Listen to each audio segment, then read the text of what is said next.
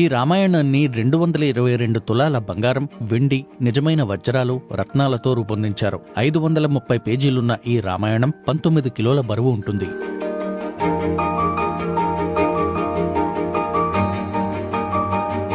મારા દાદા શ્રી રામભાઈ ગોકળભાઈ ભક્ત એમણે આ 81ની સાલમાં સુવર્ણ રામાયણ બનાવ્યું હતું. રામાયણ ટોટલ 19 કિલોનું છે. એમાં 200 તોલાની ઈંક વપરાય ને 22 તોલા મુખ્ય પેજ પર મૂર્તિમાં વપરાયું છે.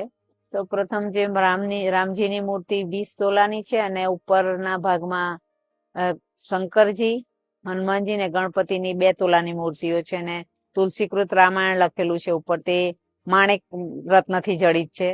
બીજા એના સ્તંભ મંદિરના બનાવેલા છે તે ડાયમંડના છે, હીરાના છે.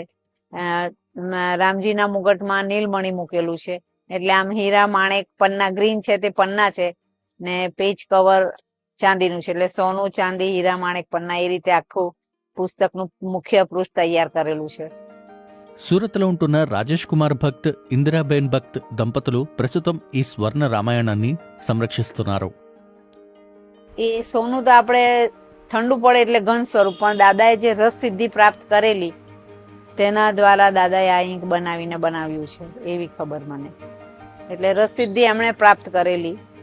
આમ તો નરેન્દ્રભાઈ મોદી પણ આવી ગયા છે દર્શન માટે ને મોરારી બાપુ પણ આ ઘરે આવી ગયા, આ ઘરને પાવન કરી ગયેલા છે.